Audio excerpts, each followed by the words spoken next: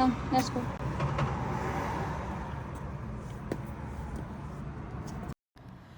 अस्सलामुअलैकुम, welcome to my YouTube channel.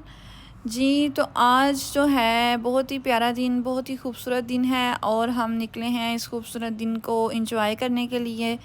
और जी मैं आपको बताती चलूँ कि यूके में गर्मी का सीज़न जो है वो इतना ज़्यादा नहीं होता, लेकिन थोड़ी देर होता है, लाइक 1 से 2 माह लगा लें। उसमें भी जो है ये मौसम मोस्टली जो है वो हवादार रहता है और गर्मी का इतना ज़ोर नहीं होता। चूँकि हम पाकिस्तान से आए हैं तो हमें ये गर्मी कुछ भी नहीं कहती, लेकिन जो यहाँ के लोग हैं उनको ये गर्मी बहुत ज़्यादा डिस्टर्ब करती है।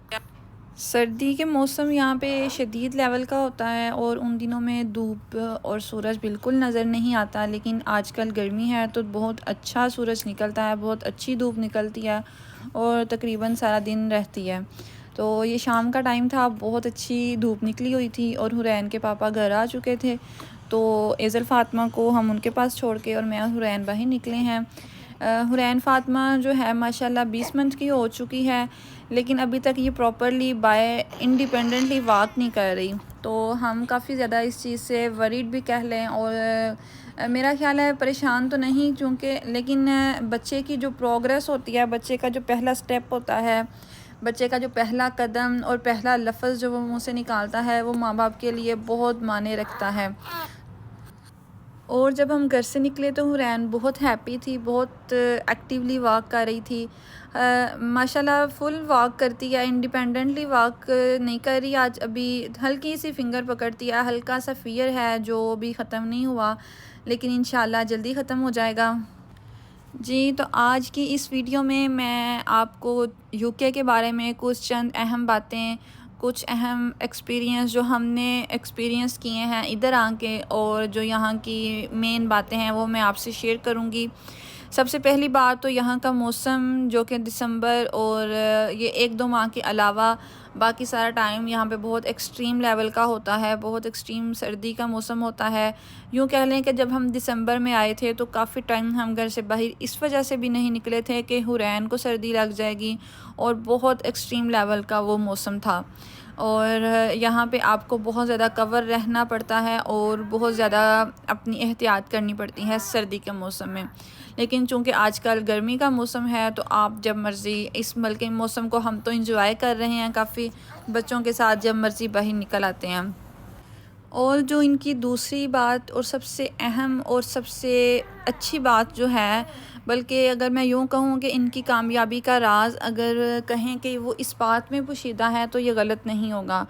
ये लोग बहुत ज़्यादा वक़्त के पाबंद हैं। जो वक़्त इन्होंने दिया होता है, कमिटमेंट की होती है कि हम इस वक़्त पे पहुँचेंगे, वो उस वक़्त पे पहुँचते हैं। एक एग्ज़ाम्पल मैं आपको दूँगी इस हवाले से कि जब एज़ल फ़ातिमा हुई थी तो मिडवाइफ़ मुझे घर आके विज़िट करती थी। तो घर आने से पहले वो मुझे एक दिन कॉल कर देती थी कि मैं इस टाइम पे आऊँगी, या अगर वो आज आई हैं तो उन्होंने कल दोबारा आना है, तो वो मुझे बताती थी कि इस टाइम पे मैं आऊँगी, और वो एग्जैक्ट उसी टाइम पे घर आके घर के दरवाज़े के बाहर खड़ी होकर मुझे कॉल कर रही होती थी कि मैं आ चुकी हूँ। और दूसरी एग्ज़ाम्पल आप ये ले सकते हैं कि हस्बैंड मेरे जॉब करते हैं और उनकी जॉब जो है वो मॉर्निंग में 6 बजे स्टार्ट हो जाती है। तो 4:30 हम घर से मैं उठ जाती हूँ, वो भी उठ जाते हैं और 5 बजे घर से निकल जाते हैं। और 6 बजे से 5 मिनट पहले, 2 मिनट पहले, यानी कि 6 बजे से पहले उन्हें वहाँ पे पहुँचना होता है। और वो उनके मुताबिक कि हम कभी 1-2 मिनट आगे पीछे हो जाते हैं, लेकिन जो वहाँ के लोग हैं, जो गोरे हैं, वो नहीं टाइम के आगे पीछे होते, वो टाइम के पाबंद हैं।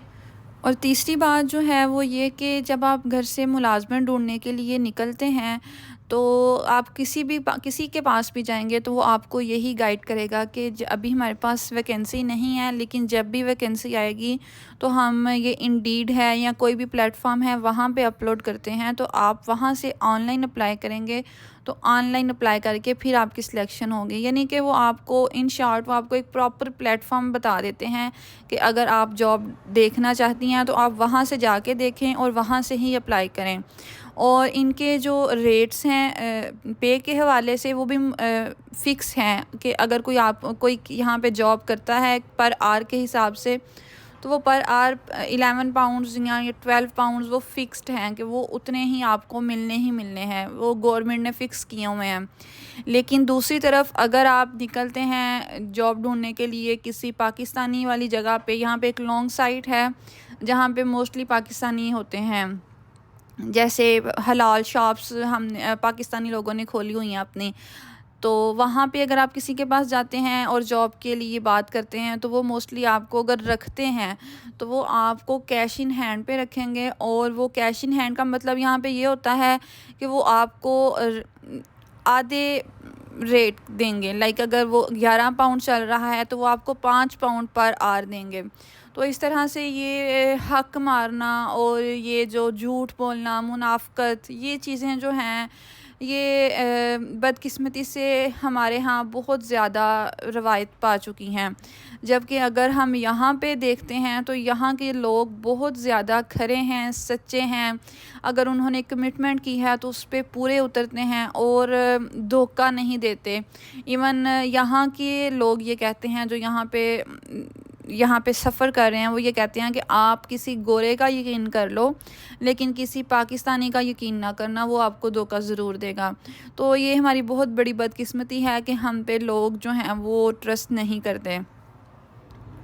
और चौथी चीज़ के बारे में बात करें तो वो है यहाँ के अखराजात पे अगर नज़र दौड़ाएं तो सबसे जो मुश्किल चीज़ जो यहाँ पे मैनेज करना है वो है यहाँ की रहाइश, अपने रहने का जो आपका बंदोबस्त है। अगर तो आप स्टूडेंट हैं और आप अकेले आए हैं तो फिर तो एज सच बिग प्रॉब्लम नहीं होती। स्टूडेंट की रहाइश जो है वो आप शेयरिंग पे, सिंगल पर्सन शेयरिंग पे भी रह लेता है और वो इतना कॉस्टली नहीं पड़ता आपको। लेकिन अगर आप फैमिली के साथ आते हैं, जैसे हम फैमिली के साथ आए थे, तो यहाँ पे रहाइश ढूंढना और अच्छी रहाइश लेना और मुनासिब रहाइश लेना एक थोड़ा मुश्किल टास्क होता है आपके लिए।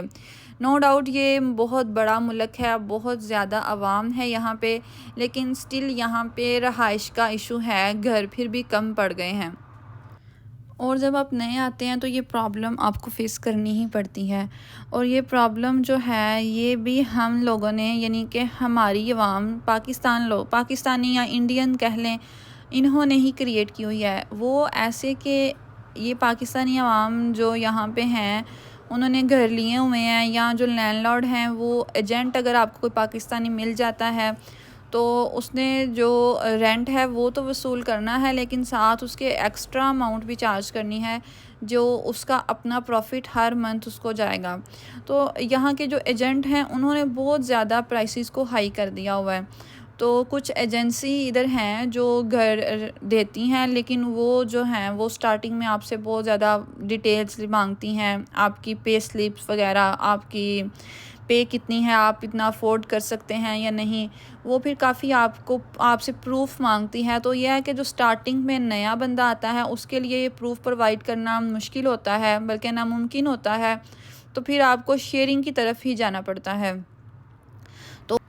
और हमारी जो अवाम है उन्होंने एक और काम यहाँ पे शुरू किया हुआ है कि वो जो है, अगर कोई पर्सन इतना अफोर्ड करता है कि वो एक पूरा घर अपने नेम पे ले सकता है, तो फिर वो दूसरों की मजबूरी का फ़ायदा ऐसे उठाता है कि वो उनको रहाइश जो है वो प्रोवाइड करता है और उन्हें कहता है कि आप शेयरिंग पे हमारे साथ रह सकते हो, और पूरी अमाउंट जितनी वो घर का रेंट, पूरा रेंट होता है, वो उस एक कपल से वो चार्ज करते हैं और वो ख़ुद यानी कि फ्री रह रहे होते हैं, जो बंदा यहाँ पे अफोर्ड कर सकता है। तो वो इस तरह से नए आने वालों की जो है ना वो खाल उतारता है। तो नए आने वालों को फिर और उनके पास कोई ऑप्शन नहीं होता। तो यहाँ पे बेसिकली मैं हुरैन की वीडियोस आपको दिखा रही हूँ, उम्मीद है कि आप लोग देख रहे होंगे। तो यहाँ पे मैं आपको बताऊंगी कि इधर हुरैन जो थी काफ़ी चलने के बाद इधर थक चुकी थी और यहाँ पे आके वो स्टॉप कर गई थी। मैं बहुत उसको कहा कि चलो भाई चलते हैं, लेकिन वो इधर ही थी और पता नहीं ये दरवाज़ा कह रही थी कि दरवाज़ा खुल जाए। और ये जो जगह है, इस जगह को अगर आप ध्यान से देखेंगे, मैंने इसको शूट किया था, तो ये जगह इनकी इबादत गाह है। यहाँ पे ये एक स्लेट सी नज़र आएगी आपको, उसके ऊपर कुछ लिखा हुआ है, तो वो अगर आप देखेंगे ना तो वो यहाँ की कब्र है। ये अगर किसी को दफनाते हैं ना तो ऐसे ही दफनाते हैं, यानी कि वो ऊपर ज़मीन पे नज़र नहीं आ रहा, ऊपर जैसे हम बनाते हैं ना कब्र बनाते हैं, इनकी कब्र नहीं होती, ये ज़मीन के अंदर ही दफनाते हैं स्ट्रेट, और ऊपर एक सिर्फ वो लगा देते हैं कि पता चलता है कि यहाँ पे कोई दफन है। और यहाँ पे ये इन्होंने टाइम रखा हुआ है अपनी इबादत का, संडे को 11:15 बजे। और ये वो जगह है, यहाँ पे हुरैन स्टॉप कर गई थी और कह रही थी कि यहाँ से आगे नहीं मैंने जाना। तो फिर काफ़ी मैंने इसको कहा कि चलो चलते हैं, लेकिन हुरैन चूँकि थक चुकी थी, फिर आगे का सफ़र मैंने इसको उठा के किया। तो जी आप ये कह सकते हैं कि अखराजात में जो सबसे मुश्किल चीज़ है वो आपकी रहाइश मैनेज करना है। और सेकंड चीज़ जो आती है वो ये कि आपका खाना पीना यहाँ पे इतना महंगा नहीं है, वो मुनासिब है। जब आप यहाँ पे अर्निंग स्टार्ट कर लेते हैं तो फिर आपको वो इतनी बिग प्रॉब्लम नहीं लगती। तो मांगती हैं कि आपके पास अपनी ऑन ड्राइविंग है। जब हम यहाँ पे नए आए थे तो जो सबसे पहले जो चीज़ हमें जिसने प्रॉब्लम की थी वो हमारी गाड़ी का ना होना था।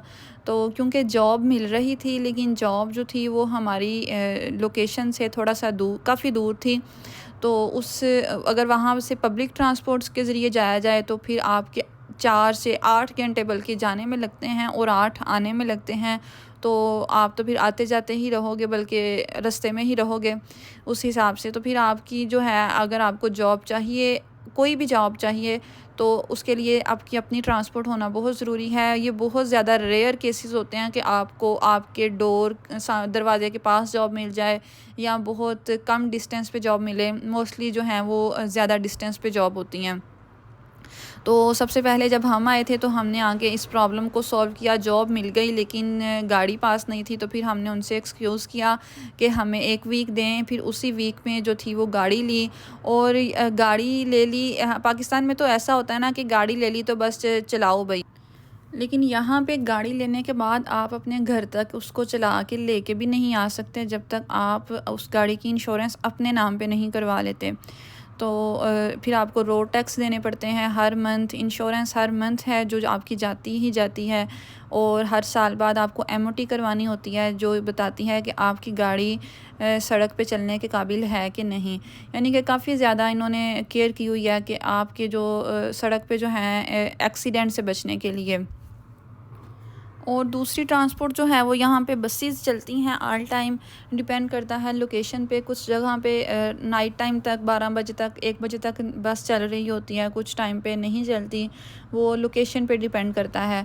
तो आप जब बस पे सफ़र करते हो तो एक टाइम का सफ़र अगर आपने करना है, एक बस लेनी है, चाहे वो जितना मर्ज़ी आपका लंबा सफ़र हो, आपने उनको 2 पाउंड देने हैं। और चाहे उस बस को आप छोड़ो भी ना और उसमें बैठे रहो तो फिर आप सिर्फ 2 पाउंड दोगे। लेकिन अगर आपने अगली बस लेनी है तो फिर आपको 2 पाउंड की टिकट दोबारा लेनी पड़ेगी। लेकिन अगर किसी ऐसा दिन है कि आपने उस पूरे दिन में काफ़ी ज़्यादा बसेस लेनी है तो आप एक पूरा पास ले सकते हो जो कि 5 पाउंड का बनता है। तो वो पास से ऐसा होता है कि आप जितनी मर्ज़ी बसेस लो और उतरो, बिग प्रॉब्लम नहीं होता। तो ये जो क्लिप था ये मैंने म्यूट नहीं किया था। यहाँ पे हुरैन बहुत ज़्यादा रो रही थी और बहुत ज़्यादा थक गई थी और जोश में चल तो बहुत लिया था, लेकिन अब थक भी गई थी और कह रही थी कि अब मैंने हिलना भी नहीं है, अब मेरे घर जाना है, तो उठाओगी तो जाऊँगी।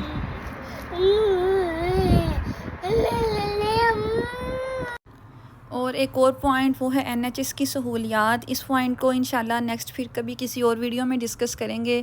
आज के लिए इतना ही। और जो आते हैं मेन टॉपिक पे, वो ये है कि आज हमने विज़िट किया है हुरैन के साथ बाय वॉक, ताकि हुरैन जो है वो जल्दी चलना शुरू कर दे। और जो सबसे एक खुशी की बात थी मेरे लिए, जो मैं इस वीडियो में बताना चाह रही थी, वो ये कि फ़ाइनली जब हम घर को रात को पहुँचे तो रात को हुरैन ने माशाल्लाह चलना स्टार्ट कर दिया था। और ये मोमेंट्स जो थे जब वो चल रही थी, ख़ुद से चल रही थी, मैं नहीं उसको कह रही थी कि चलो, वो ख़ुद से चल रही थी। और वो जो मोमेंट्स थे वो बहुत ज़्यादा खुशी के थे। सही मानों में आपको पता ही तब चलता है अपनी माँ बाप की मोहब्बत और प्यार का, जब आप ख़ुद इस लेवल पे आ जाते हैं। फिर आपको अंदाज़ा होता है कि आपके बचपन में आपके माँ बाप ने आपसे कितना प्यार किया होगा। तो मैं उन लोगों को, उन खुशकिस्मत लोगों को जिनके माँ बाप उनके सर पे सलामत हैं, उनको कहूँगी कि अपने माँ बाप से मोहब्बत करें, उनसे अपने प्यार का इज़हार करें, क्योंकि कोई भी रिश्ता हो, इज़हार मोहब्बत का बहुत ज़्यादा ज़रूरी होता है। उनसे मोहब्बत का इज़हार करें, उनके पास बैठें, उनको वक़्त दें।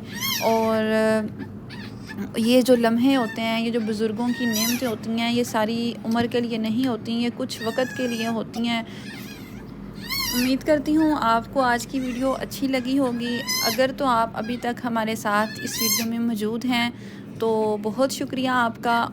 ज़रूर कमेंट करिएगा और बताइएगा कि आपको इस वीडियो में कौन सी बात जो बहुत ज़्यादा अच्छी लगी, और कोई ऐसी बात जो आप यूके के बारे में जानना चाह रहे हों, ताकि मैं उस बात को अगली वीडियो में डिस्कस करूँगी इंशाल्लाह। और बहुत सारी दुआओं के साथ अपना बहुत सारा ख्याल रखिएगा।